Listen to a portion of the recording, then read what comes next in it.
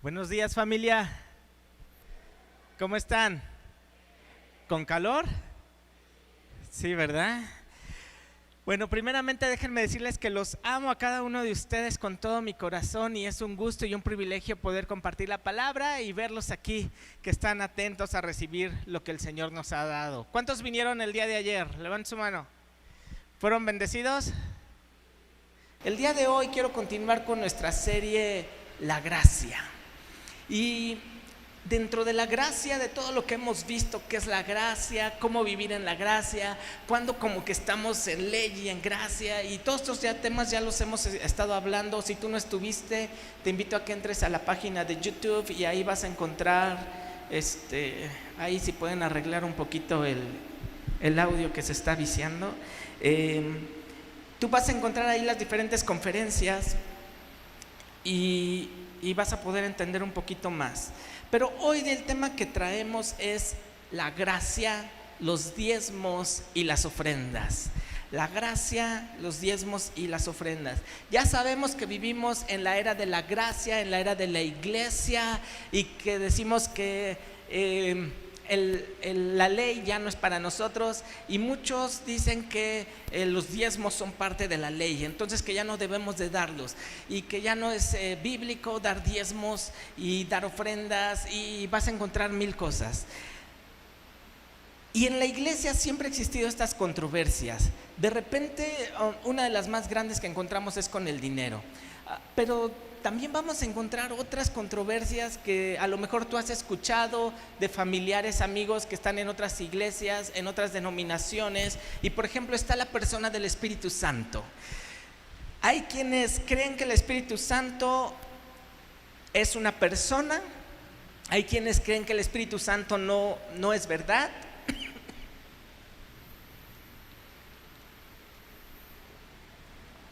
Hay quienes creen que no se debe de hablar en lenguas, hay quienes creen que se debe de hablar en lenguas. Hay iglesias en donde sí consideran al Espíritu Santo, pero como una persona que está allá y yo con Jesús y con Dios, ¿no? Y hay otros que dicen, no, es que el Espíritu Santo es lo más importante porque es lo que nos dejó Jesús y hay que hacerle caso al Espíritu Santo. Entonces, en sus reuniones le dan libertad al Espíritu Santo y cada domingo 2-3 horas de reunión, 4 horas de reunión, porque hay que darle libertad al Espíritu Santo. Y hay quienes dicen que eso es incorrecto, ¿no? También otra de las controversias que vamos a encontrar es, por ejemplo, la guerra espiritual. Iglesias donde lo importante es hacer guerra espiritual, iglesias donde dicen nosotros ya no tenemos que hacer guerra espiritual porque Cristo venció al enemigo, iglesias donde ven demonios en todos lados y cada domingo hay que estar sacando demonios porque en la semana todo el mundo se le meten los demonios y entonces hay que estarlos sacando constantemente, ¿no? Y es una guerra espiritual que se está batallando. Y hay quienes dicen, no, los cristianos cuando reciben a Jesús en su corazón ya no pueden entrar demonios a su vida, porque pues si Jesús está en ellos, ¿cómo va a entrar un demonio a su vida? O por ejemplo, también están los moveres del Espíritu, ¿no? Que de repente viene una ola y dicen, no, ahorita es el tiempo de la risa, ahorita es el tiempo del llanto. Hubo un tiempo, yo no sé si se enteraron por ahí, que decían que llovía oro y diamantes del cielo y te enseñaban así como que, y tú decías, yo quiero ir a esa iglesia, un diamantito no me caería nada mal, ¿verdad? Y así vemos moveres que van habiendo. Y la pregunta es, ¿están bien o están mal? ¿Quién está bien? ¿Quién está mal? ¿Cómo podemos nosotros discernir qué es lo bueno, qué es lo malo? ¿Qué es lo que tenemos que hacer? Entonces, aquí es un punto bien importante en donde cada uno de nosotros debe de ir con Dios y preguntarle, Señor, ¿tú qué quieres? ¿Tú qué quieres para mí? ¿Tú qué quieres para mi vida? Ahorita sí estamos en el tiempo de la gracia y de la iglesia. Ahí Romanos capítulo 3. Por cierto, estamos tomando estas clases, ¿verdad? Entonces, si tú aún no entiendes Romanos, es un buen tiempo para que vayas y tomas esta clase.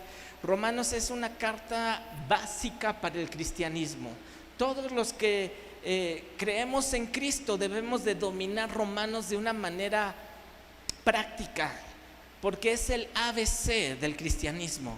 Entonces te invito a que tomes esta clase. Romanos capítulo 3, versículo 21 al 24. Pero ahora, aparte de la ley, se ha manifestado la justicia de Dios, testificada por la ley y por los profetas.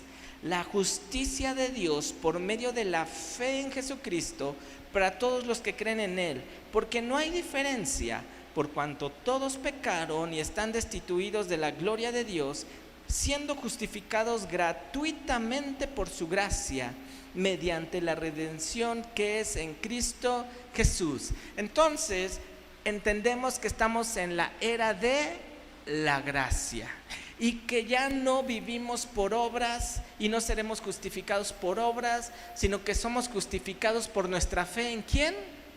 En Jesús. Entonces, no tenemos que hacer nada nosotros para ser salvos, solo creer que Jesús vino a este mundo, que murió en una cruz, que fue sepultado y que resucitó al tercer día. Y eso lo venimos siendo testigos y lo acabamos de conmemorar el fin de semana, ¿verdad?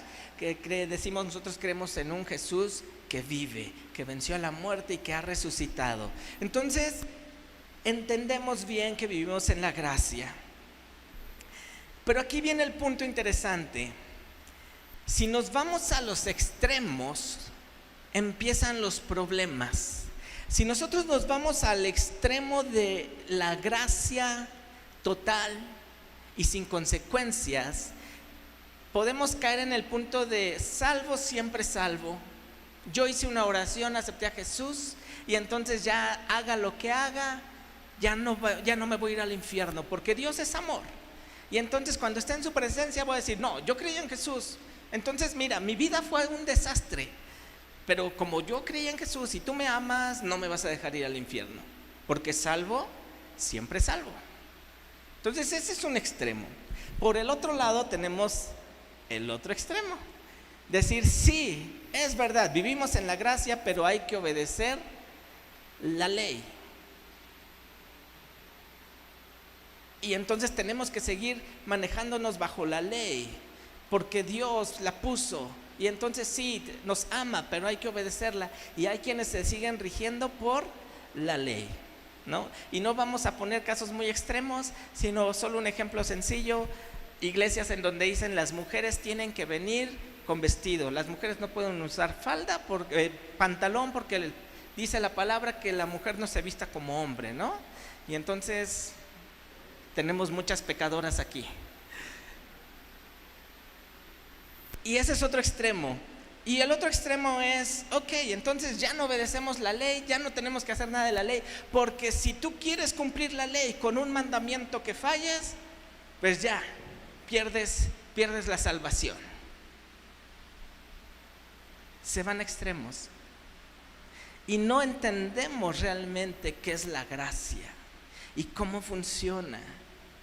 Y no podemos estar viviendo ahí. Entonces cuando la gente dice, los diezmos son del Antiguo Testamento, es bajo la ley, nosotros ya no tenemos que dar diezmos, es antibíblico, porque eso está en la ley en el Antiguo Testamento. Yo podría decirles, ok, si vamos a partir de eso, arranca todo el Antiguo Testamento, quédate con el puro Nuevo Testamento, porque ya el Antiguo Testamento ya no sirve, ya quedó anulado. Pero ¿qué sucede, por ejemplo, con Jeremías capítulo 33? ¿Qué sucede con esos versículos que nos gustan tanto? Clama a mí y yo te responderé y te enseñaré grandes cosas y ocultas que tú no conoces. Ya no es válido porque está en el Antiguo Testamento. O por ejemplo, el Salmo 23, el Salmo 91.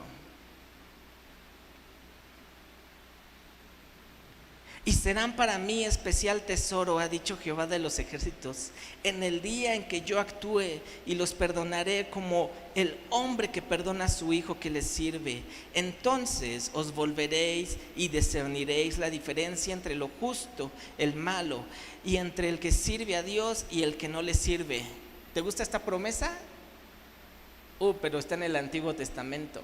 Y lo peor de todo es que está en Malaquías. Y algunos dicen que Malaquías es un libro escrito solo para el pueblo judío, porque así empieza Malaquías, ¿no? Y entonces Malaquías no es un libro para ti. Esta promesa no aplica para ti. Y algunos podremos decir, no, es que sí aplican las promesas. O sea, del Antiguo Testamento aplica lo que yo creo que es bueno. Y lo demás, pues no, eso sí ya queda desechado. ¿Será así como funcione? Yo escojo que sí y que no. Entonces, ¿cómo funciona? No vivimos en la ley, pero sí aplica la ley. Vivimos ahora en la gracia, tenemos el Nuevo Testamento, entonces el Antiguo ya no vale, y entonces todo lo que está escrito ahí ya no vale.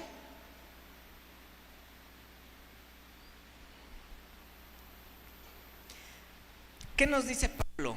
Vayan allá a 2 de Corintios, capítulo 1. Segunda carta a los Corintios. Porque déjame decirte que esto no es algo nuevo. Esto se viene dando desde el tiempo de Jesús. Jesús tuvo estas controversias con los fariseos, con los escribas. Y luego Pablo tuvo esta controversia. Pablo venía de la ley, el que cumplía la ley mejor que todos. Tiene un encuentro con Jesús y le es revelado el evangelio de la gracia. Y esto tuvo que ser un shock en su vida. Vivir tantos años bajo la ley y de repente que se le presente esto y que Jesús mismo le enseñe y le explique qué es vivir bajo la gracia. Y entonces Pablo aquí escribe, 2 de Corintios 1:19, porque el Hijo de Dios, Jesucristo, que entre vosotros ha sido predicado por nosotros, por mí, Silvano y Timoteo, no ha sido sí y no, mas ha sido sí en Él. ¿En quién? En Jesús. Versículo 20, porque todas las promesas de Dios son en Él sí y en Él amén, por medio de nosotros para la gloria de Dios. Dice que todas sus promesas, no dice que algunas promesas, no dice que solo las del Nuevo Testamento o las del Antiguo Testamento, dice que todas son cumplidas. ¿En quién? En Él.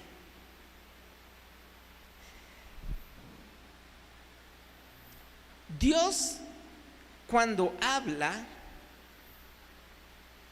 verdad, y eso no puede cambiar.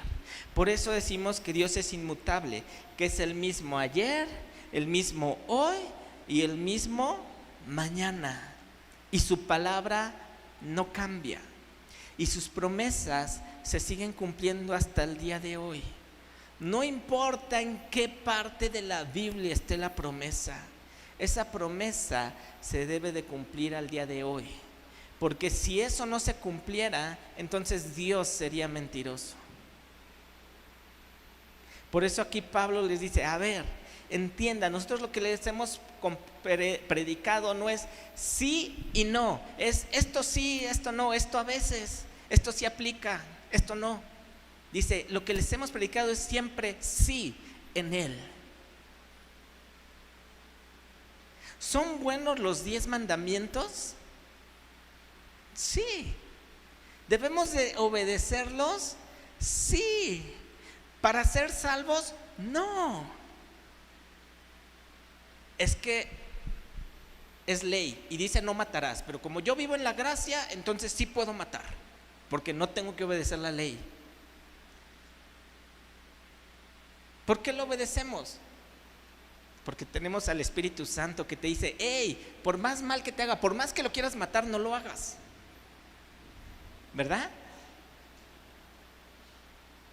No es porque tengo que obedecerla, es porque el Espíritu Santo me ayuda. Y eso ya hablamos un poco en temas anteriores. Entonces, ¿cómo encontrar el equilibrio de qué tengo que obedecer, qué no tengo que obedecer, qué tengo que hacer, qué no tengo que hacer?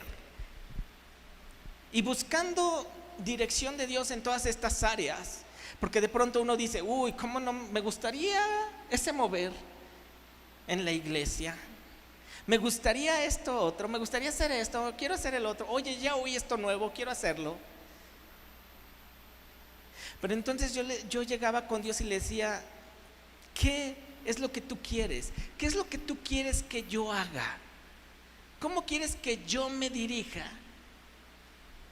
¿Acaso tú quieres que yo hable en lenguas? Dios, ¿tú quieres que yo hable en lenguas o que no hable en lenguas? ¿Tú quieres que haga guerra espiritual o que no haga guerra espiritual? ¿Tú quieres que diezme y ofrende o no? ¿Tú quieres que yo ayune o no ayune? ¿Tú quieres que yo lea la Biblia o no la lea? ¿Tú quieres que yo ore o no ore? Y a lo mejor hay unas respuestas muy obvias para ti, ¿no? Dices, ¿Dios querrá que yo ore? ¿O Dios querrá que yo lea la Biblia? ¿Será su deseo? Pues sí. Bueno, pero que ayune. Y entonces vas como que haciendo preguntas en teoría un poco más difíciles. Pero a la luz de la palabra, Él siempre te va a dar una respuesta. ¿Qué quieres que yo haga? No es por lo que esté de moda, no es por lo que dijo el predicador de moda, no es por el movimiento que hay, es porque estoy convencido de lo que Dios me está diciendo que haga. No es porque me estén obligando, no es porque me miren feo, es porque es lo que Dios quiere que haga. Dios, ¿acaso querrás que hoy vaya a la iglesia? ¿O quieres que me quede en mi cama con un aire acondicionado y el ventilador? ¿Cuál será tu voluntad, Señor? No es pedrada para los que están en línea. Yo sé que se quedaron por un buen motivo, ¿verdad? Aquí morimos de calor, pero ahí en casa también.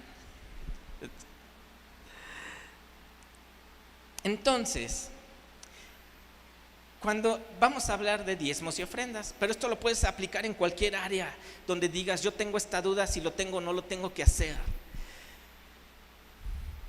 Lo primero que Dios me muestra es que nadie te puede obligar a hacer las cosas o no hacerlas. Esto es algo que tiene que salir de tu corazón. Porque si alguien te obliga, por ejemplo, si aquí en Amistad del Sur te obligamos a hacer cosas, entonces ya no seríamos lo que siempre predicamos. No somos una religión, solo somos un grupo de personas que buscamos a Dios. Nos volveríamos en una secta porque te estamos diciendo qué hacer y qué no hacer. No, ¿saben qué? Aquí no te puedes vestir así, aquí no te puedes pintar el cabello, aquí no te puedes tatuar, aquí no te puedes, no sé, cualquier cosa, ¿no? ¿Por qué? Porque no somos una secta. Eres libre de hacer lo que quieras, siempre y cuando no estés cayendo en pecado. Ay, entonces soy libre de tener 3 mujeres. Pues sí, pero no es lo que Dios quiere para tu vida. Entonces no te podemos obligar.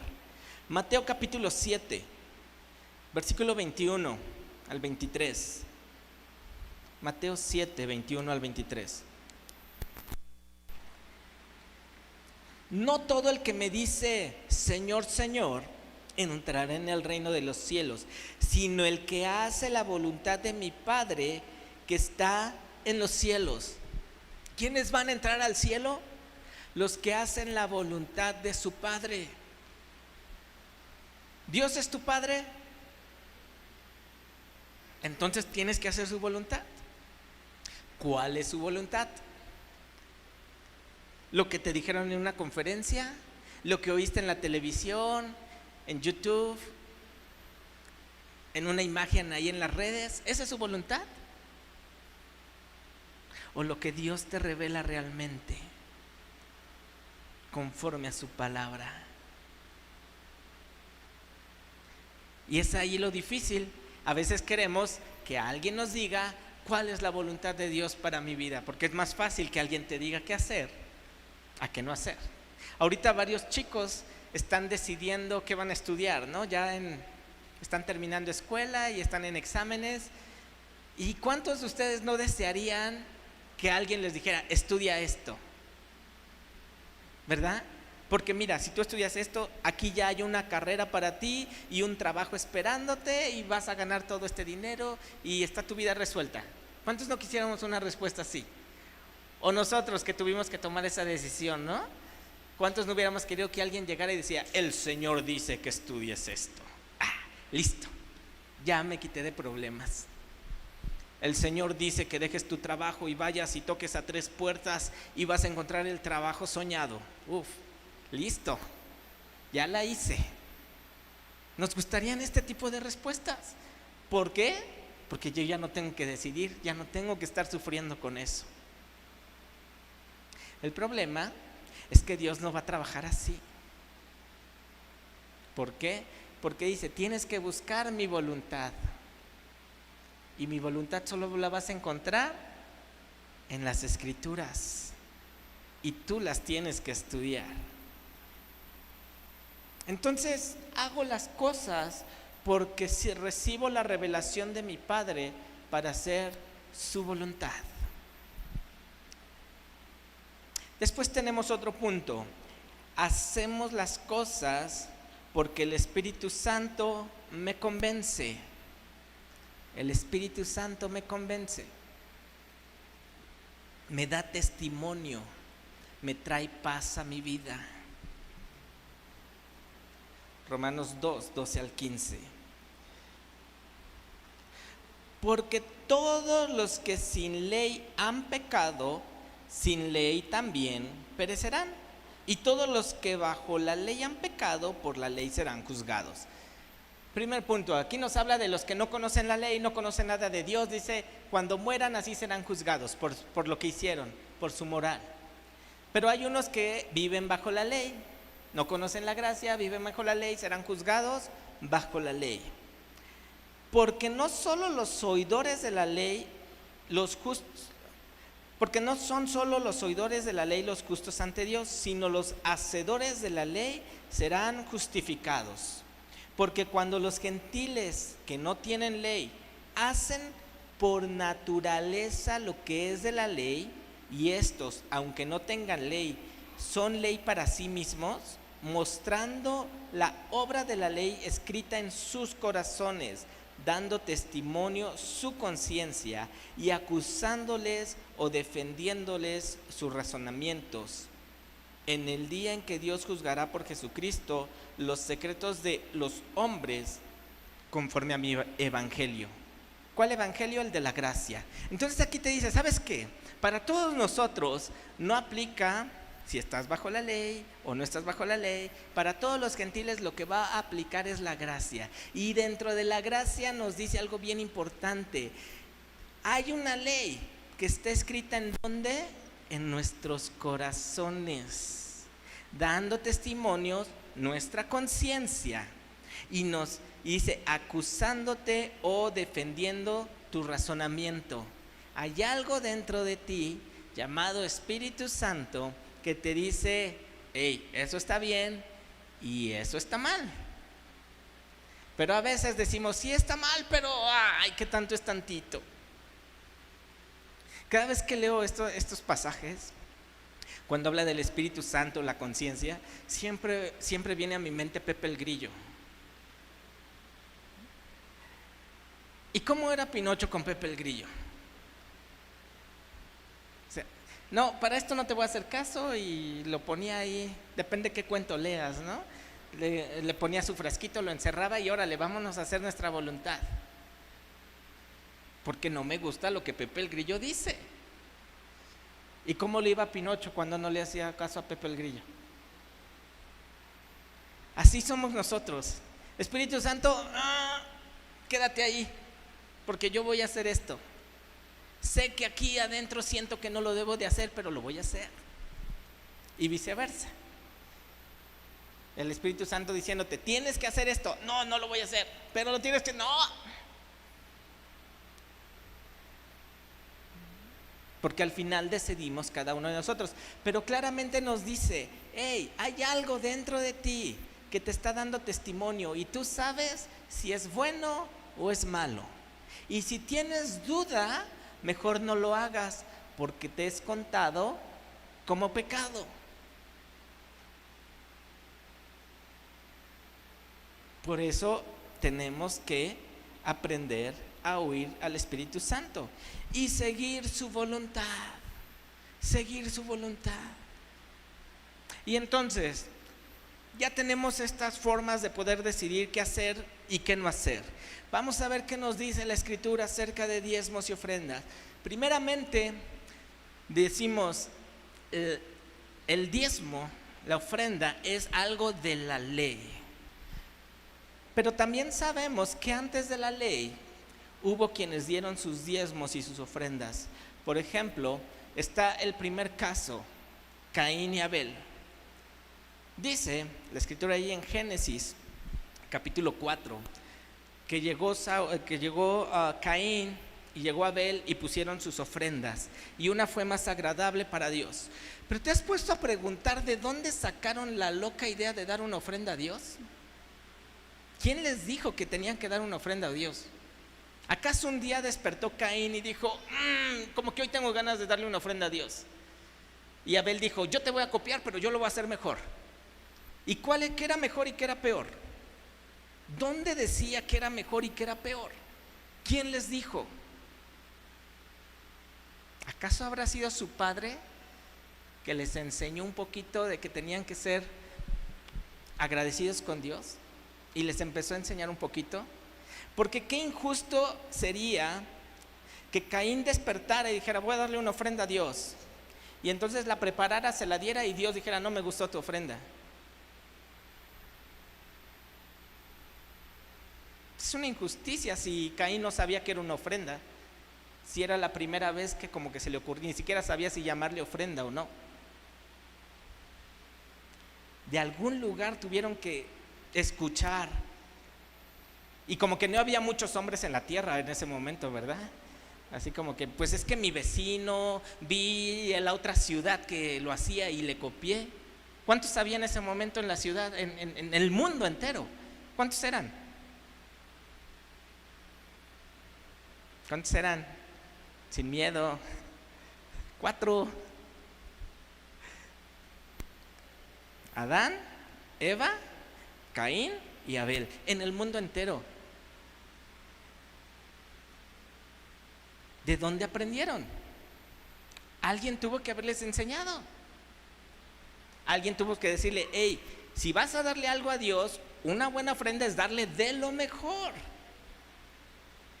Y entonces ya cada uno en su corazón lo hizo, y es por eso que Dios se agradó más de una ofrenda que de la otra, porque conocía su corazón. Después de esto pasan los años, muchos años, y aparece Abraham, ¿no? Y dice que después de una guerra, tomar motín, ganar la guerra, se encuentra con Melquisedec y le entrega los diezmos. Y todos sabemos que Melquisedec es un reflejo de Jesús, ¿no? Si no, luego podemos estudiar eso. Y algo interesante de Melquisedec, cuando llega, ¿qué le ofrece? ¿Qué le da a Abraham? Dice que le da pan y vino. Cuando alguien llegaba, si tú lees Antiguo Testamento, a una casa, por ejemplo con Abraham, con Isaac, cuando llegaba un invitado y más alguien importante, ¿qué le daban? Mataban cabritos, daban pan, daban vino y hacían lo mejor. Ahora, un rey que lo tenía todo, ¿por qué le ofrece pan y vino a Abraham? Si es la imagen de Jesucristo. ¿Qué te recuerda el pan y el vino en el Nuevo Testamento? La cena del Señor. ¿Tendrá algo que ver el pan y el vino con la cena del Señor? Estudiemos. Hoy no voy a entrar en ese tema, pero es muy interesante. Entonces Abraham le entrega esos diezmos y después su nieto Jacob hace un pacto con Dios y le dice: hey Dios, ¿sabes qué? Voy a hacer un pacto contigo. Si tú me ayudas, me llevas con bien, me bendices y me va bien en la vida, yo te voy a entregar todos los diezmos. Y son 3 casos en donde vemos, escritos en la Biblia, que todavía no existía la ley. Ahora, ¿crees que son las únicas 3 ocasiones que se dieron diezmos y ofrendas durante todos esos años? ¿O cómo es que Jacob aprendió a hacerlo? ¿De dónde sacó la loca idea de hacer este pacto con Dios? ¿Acaso su abuelo le habrá enseñado, su padre le habrá enseñado? Entonces es algo que se venía haciendo. Llega Moisés, llega la ley, y entonces lo que sucede es que la ley vino a poner un orden en cómo dar los diezmos y cómo dar las ofrendas. Con el caso de Caín, ¿cómo saber cuál era lo bueno y cuál era lo malo? ¿Cómo saber qué tan buena fue mi ofrenda o no fue buena? Si estoy dando lo correcto o no estoy dando lo correcto. ¿Creen que el pueblo no tenía este tipo de dudas? Conociendo cómo era el pueblo. Entonces, dentro de todas las leyes que se dan, llega la ley de los diezmos y las ofrendas. Y ahí vas a encontrar un montón de leyes, ¿no? Por ejemplo, Deuteronomio, capítulo 14, capítulo 26, todos esos capítulos son de diezmos y ofrendas. Levíticos 27, Números 15, son todas las leyes que pone de cómo se deben de dar. ¿Cuáles son las ofrendas gratas? ¿Cuáles no? ¿Cuándo sí? ¿Cuándo no? ¿Qué es? Ahí viene todo eso. Deuteronomio 14, Deuteronomio 26, Levítico 27, Números 15. Ahí vienen todas esas leyes. Y después viene Malaquías, que aquí usamos mucho de pronto estos versículos, ¿no? Malaquías capítulo 3. ¿Robará el hombre a Dios? ¿No? ¿En qué me habéis robado? Pero después de eso nos dice: trae todos los diezmos al alfolí y haya alimento en mi casa. Y probadme ahora en esto, dice Jehová de los ejércitos. Y aquí entra una gran controversia otra vez. Sí, pero el alfolí estaba en el templo y ahí es donde se tenía que dar y ya no existe el templo, entonces no debo de dar mis diezmos, no debo de dar mis ofrendas, porque pues ya no existe, y si existiera entonces los tendría que mandar una transferencia electrónica hasta allá para que allá lo reciban, porque allá se tenían que dar, en el templo y en el alfolí. Pero por ejemplo, ¿qué nos dice Pablo? Primera de Timoteo, capítulo 3.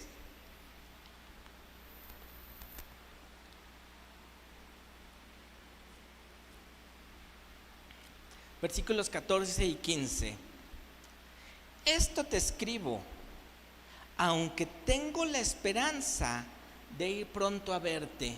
Pablo escribiéndole a Timoteo, para que si tardo, le está diciendo, o sea, te escribo esto, tengo la esperanza de ir a verte, pero si tardo, pues mejor de una vez te mando esta carta, ¿no? Sepas cómo debes de conducirte, ¿en dónde?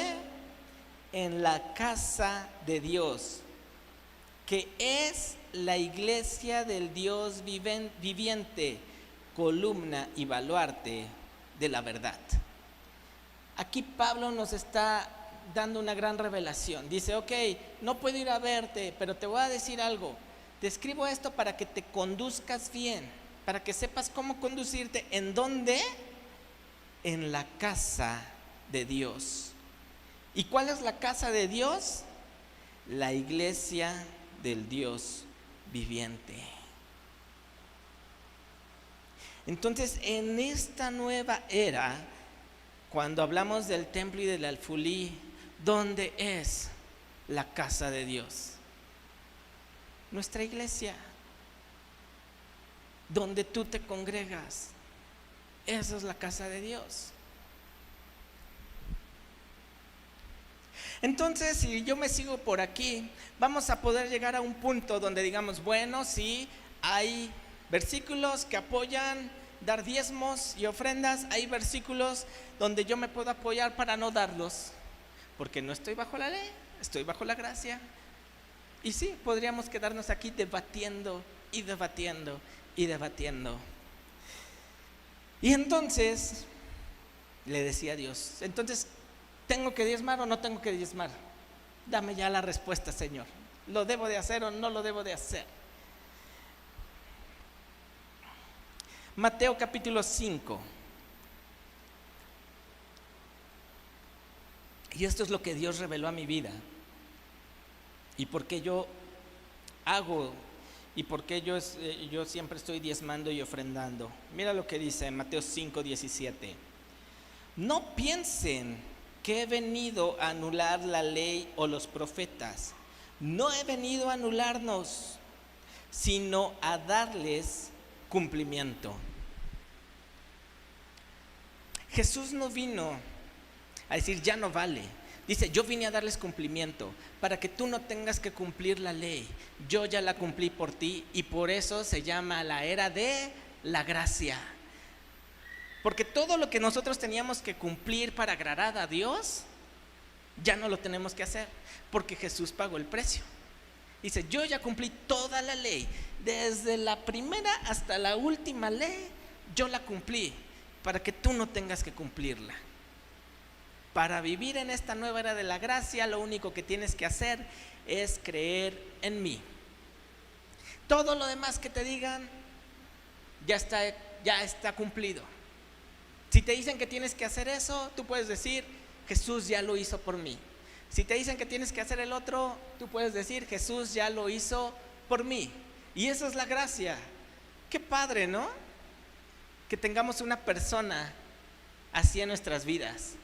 Oye, tienes que terminar tu trabajo, ya Él lo hizo por mí. Oye, tienes que quedarte horas extras, Él se va a quedar por mí. Oye, tienes que hacer el examen, Él lo va a hacer por mí. ¿Se imaginan que tuviéramos una persona así? ¿Cuántos no seríamos felices? Bueno, déjame decirte que Jesús pagó el precio de la ley.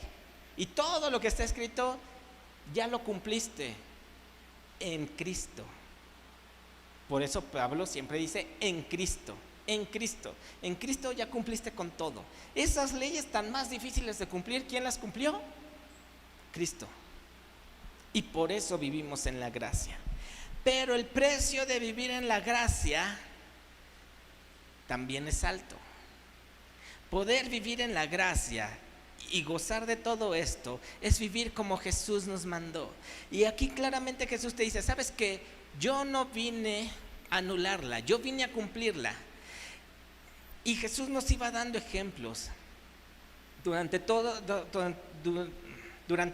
los evangelios. Jesús va poniendo ejemplos de cómo vivir solo bajo la ley no era suficiente si tú no amabas a Dios. Y por eso se traía cortos a los fariseos. Oye, Jesús, tus discípulos no ayunan, tus discípulos no oran, no se lavan las manos. Y Jesús siempre tenía una respuesta. Es que no es así.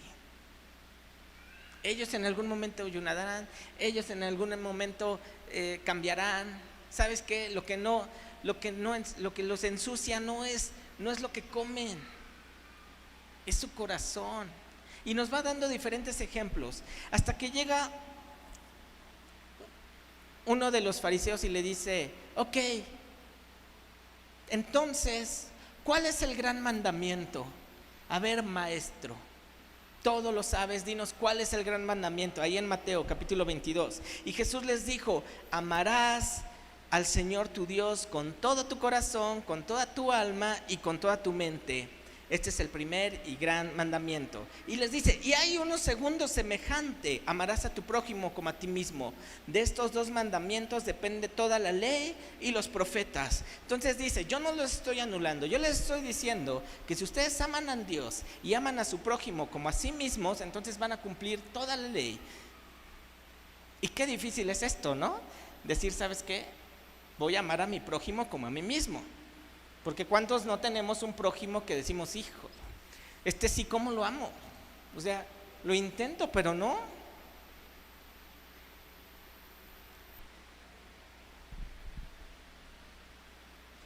Y hasta ahí va todo bien. Hasta que de repente, en el libro de Juan, ahí en el Evangelio de Juan, Jesús vuelve a decir algo acerca de este mandamiento de amar a nuestro prójimo. Juan capítulo 13.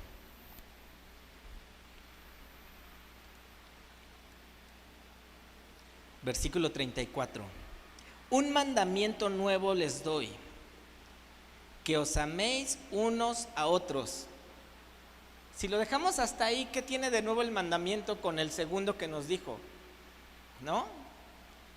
Pero le agregó algo bien interesante. Como yo os he amado, que también os améis unos a otros.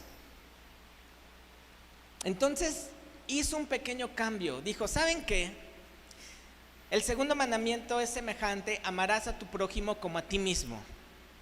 Pero después de verlos un ratito cómo se amaban los discípulos, y a veces cómo nos amamos a nosotros mismos, y podemos entonces poner un montón de pretextos, dijo, a ver, les voy a dar un nuevo mandamiento. Ahora se van a amar como yo los amo. ¿Y cómo nos ama Jesús? Nos ama tanto que dio la vida por ti, que dio la vida por mí. Te ama tanto que no le importa qué estés haciendo, cómo estés viviendo.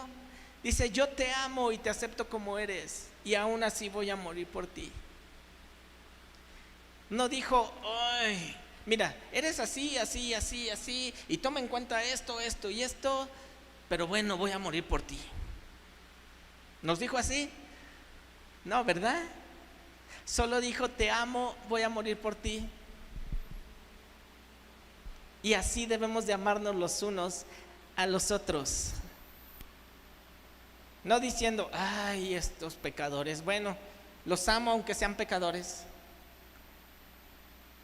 Los amo aunque se equivoquen. Los amo aunque sean chismosos.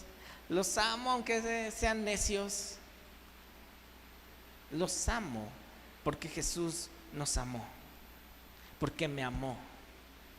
Y entonces te das cuenta de que Jesús pone aún más alto el decir, ¿sabes qué? Vivir en la gracia no es solo cumplir ley, es amar a Dios y amar a tu prójimo como Jesús le ama. Y cuando intentamos hacer eso nos damos cuenta de que somos pecadores y que necesitamos a Jesús. Porque yo les he dicho, ¿yo cómo los voy a amar a todos ustedes? Solo Jesús me puede ayudar a amarles. Y por eso yo les puedo decir que los amo a cada uno de ustedes, porque Jesús te amó. Y si yo no te amo, entonces no estoy cumpliendo con lo que Jesús me dijo que hiciera.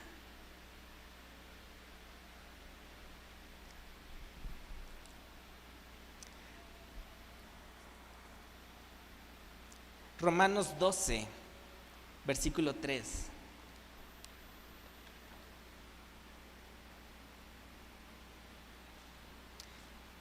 Romanos 12:3. Digo pues, por la gracia que me es dada, a cada cual que está entre vosotros, que no tengan más alto concepto de sí que el que deben de tener, sino que piensen de sí con cordura, conforme a la medida de fe que Dios repartió a cada uno. Entonces dice, ¿sabes qué? No tengas un concepto muy alto de ti. Piensa con cordura. Analízate. Y dice que a cada uno de nosotros nos dio una medida de fe. Y de esto ya hablé en otra serie que tuvimos acerca de la fe, que empezábamos con un poco de fe. ¿Cuál es esa primera fe que nos da? La fe de poder creer en Jesús. Porque es una locura creer en el Evangelio. Pero cuando Dios se revela en nuestras vidas, nos da esa primera fe y dice, cree en mí. Cree en mi Hijo Jesús, que vino al mundo, que estuvo entre nosotros, que fue crucificado, que fue sepultado y que resucitó. Primer punto de fe. Entonces dice, a cada quien nos va dando esa medida de fe. Y es cuestión de nosotros que esa fe siga creciendo, que vaya en aumento. Por eso le reclama a los discípulos de pronto, ¿hasta cuándo los voy a soportar, hombres de poca fe? Pero cada uno de nosotros va creciendo en la fe. ¿Cómo está tu fe? ¿Tienes fe? ¿Tienes poquita? Ahí va avanzando poco a poco. ¿Cómo es esa fe?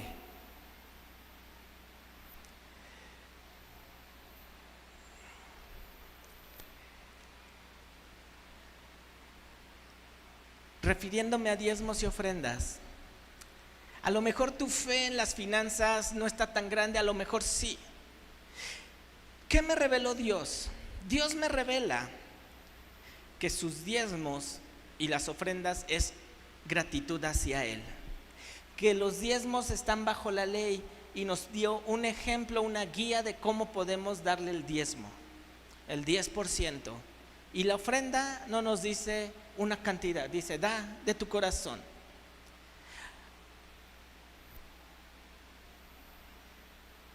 Pero dependiendo de mi fe y cómo vaya creciendo es como yo debo de ser un buen dador.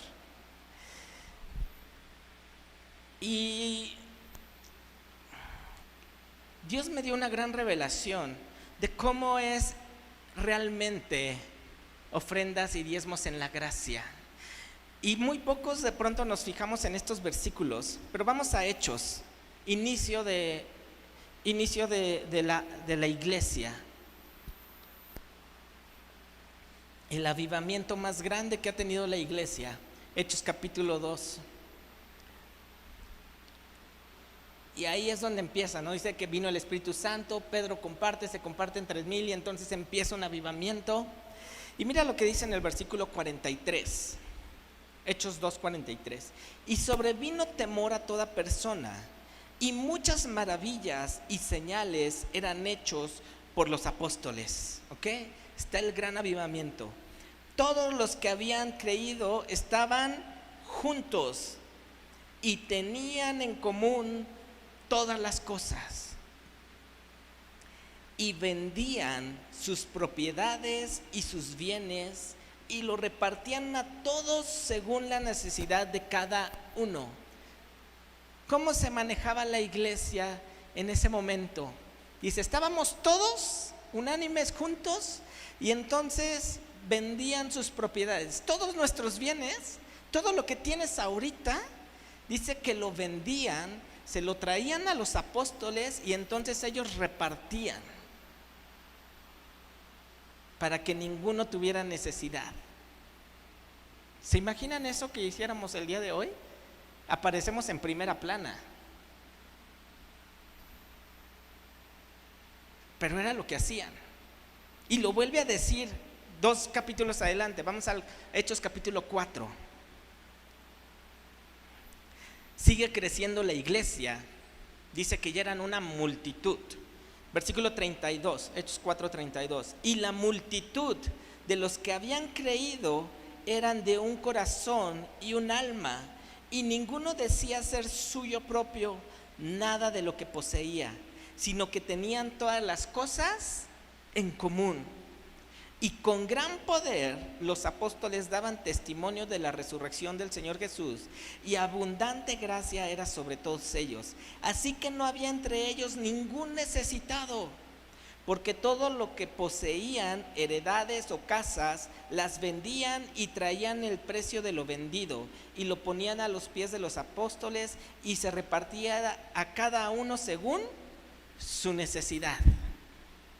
Y después de eso viene capítulo 5, ¿no? Conocemos la historia de Ananías y Zafira. Pero llegó Esteban y dice, ay, acabo de vender esta propiedad, y dice que lo entregó todo.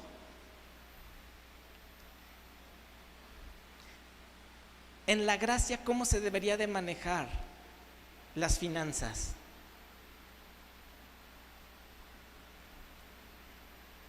¿Cómo está nuestra fe? Y aquí viene la revelación. No se espanten, no digan, ay, Elías ya va a pedir las escrituras. ¿Dónde viene la revelación? ¿Cuánta fe tienes? ¿Podrías ahorita decir, voy a vender todo, lo voy a traer a la iglesia y que ellos dispongan y administren, y me quedo sin nada y confío plenamente en Dios en lo que va a hacer? ¿Así de grande es tu fe? ¿O tu fe dices, no, espérate, vamos a bajarle unas cuantas miles de rayitas y empecemos desde abajo? ¿Desde dónde podemos empezar? Oh, ok, entonces vamos a ver qué nos dice la palabra, la ley. ¿Para qué fue puesta la ley en los diezmos? Para ponerle orden. ¿Sabes qué? Puedes empezar con esta medida. Da el 10%, dale lo que le corresponde a Dios. Oye, no, 10% sigue siendo mucho. Ah, ok, no estás bajo la ley. Entonces, ¿Cuál es tu medida de fe? 1%. Ok, vamos a empezar con 1%. De todo lo que recibas, dale 1%. Es que eso no es el diezmo. Ok, pero ya no estamos en la ley. ¿Cuánto vas a diezmar? El 1%. Empieza por ahí. ¿Cuánto vas a ofrendar? El 1%. Ah, bueno, entonces ofrenda y diezma el 2%. Y conforme vaya aumentando tu fe, conforme vayas viendo cómo Dios te va prosperando, entonces vas a poder ir en aumento. ¿Qué hice yo? Cuando me compartieron esto hace muchos años, le dije: Señor, ¿quieres que te pruebe ahora en esto? Ok, yo siempre he dado el diezmo. Siempre te he dado el diezmo. Desde que tengo uso de memoria, mis padres me enseñaron. Y entonces siempre he dado el 10%. Y dije: ok, vamos a empezar entonces a aumentar la ofrenda. Empecemos con el 1%. De todo lo que yo recibo doy el 11%. Y así dije: ok, vamos a empezar. Ya estoy dando el 11%. Si mi fe no es tan grande, 11% vamos bien. Porque muchos de nosotros lo que hacemos, o por lo menos lo que yo hacía, era que ofrendaba lo que tuviera y así de vez en cuando, y como que no llevaba una cuenta exacta de cuánta ofrenda daba. Estoy en Cristo para las Naciones, andaba brincando por diferentes iglesias, conociéndolas, porque hay muchos tipos de iglesias por allá, en cada esquina encuentras una.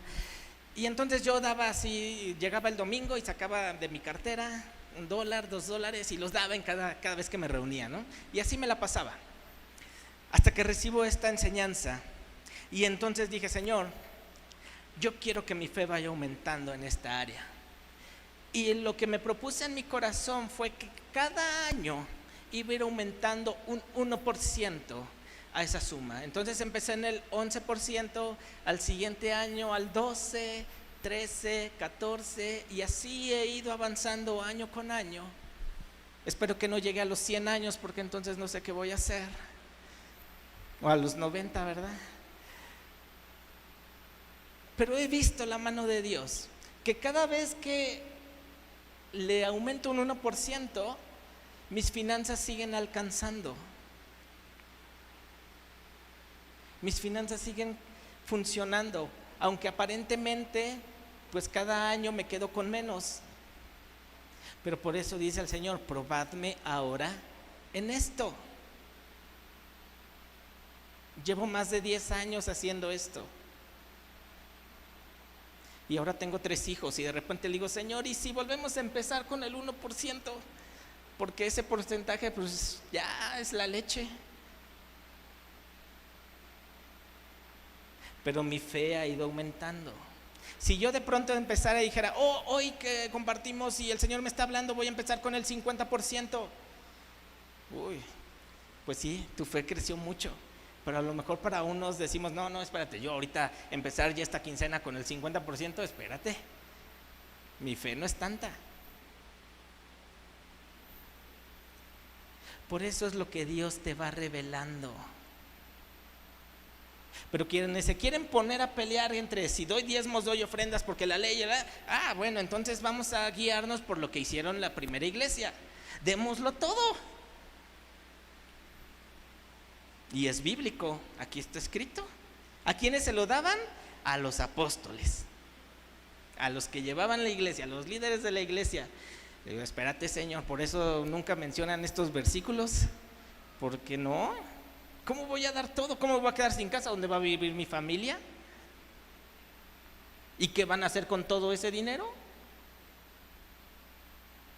Entonces cada uno va dando conforme a la medida de su fe, no por tristeza, no por necesidad, sino con un corazón alegre, que no te pese. Si estás en el 1% y te pesa, quédate ahí hasta que no te pese, hasta que lo des con alegría de corazón. Y entonces da el siguiente paso. Y cuando eso lo des con alegría de corazón, da el siguiente paso. Y entonces el Señor te va a bendecir grandemente. ¿Cómo ven? Voy a dejar hasta ahí.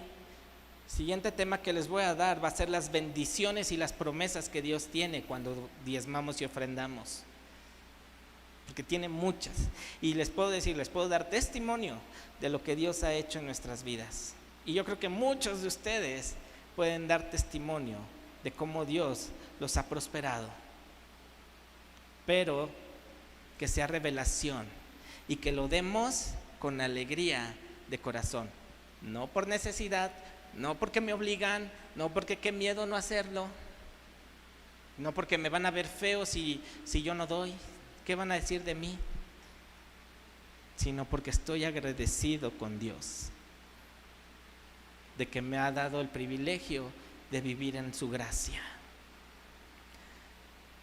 Vamos a orar. Padre, yo te doy gracias por tu palabra en esta tarde. Espíritu Santo, tú has hablado al corazón de cada uno de mis hermanos. Y yo te pido que te reveles a su vida y que esta palabra realmente sea una revelación a sus corazones. Y que ellos puedan poner por obra lo que hoy hemos aprendido. Que cada uno ponga esa medida de fe y que ellos quieran ir creciendo en ella. Bendice a cada uno de mis hermanos. Sigue trabajando en sus vidas, en sus corazones, y que nunca se aparten del camino, sino que se mantengan firmes y que puedan llegar a la meta. Ayúdanos en nuestra debilidad y aumentanos la fe para que podamos ver las cosas que tú tienes para nosotros, cosas que ojo no vio ni oído yo, que podamos ver tu mano poderosa en nuestras vidas. Guárdalos en su entrar, guárdalos en su salir. Bendice sus trabajos, sus hogares. Que tu luz esté sobre de ellos. Que tu misericordia y tu gracia estén todos los días. Te lo pedimos en el nombre de Jesús. Amén y amén. Si tú trajiste un invitado, estás por primera vez, de mi lado izquierdo está Agustín levantando su mano. Queremos orar por ti, regalarte una porción de la Escritura. Y bueno, familia, estamos despedidos. Que Dios los bendiga.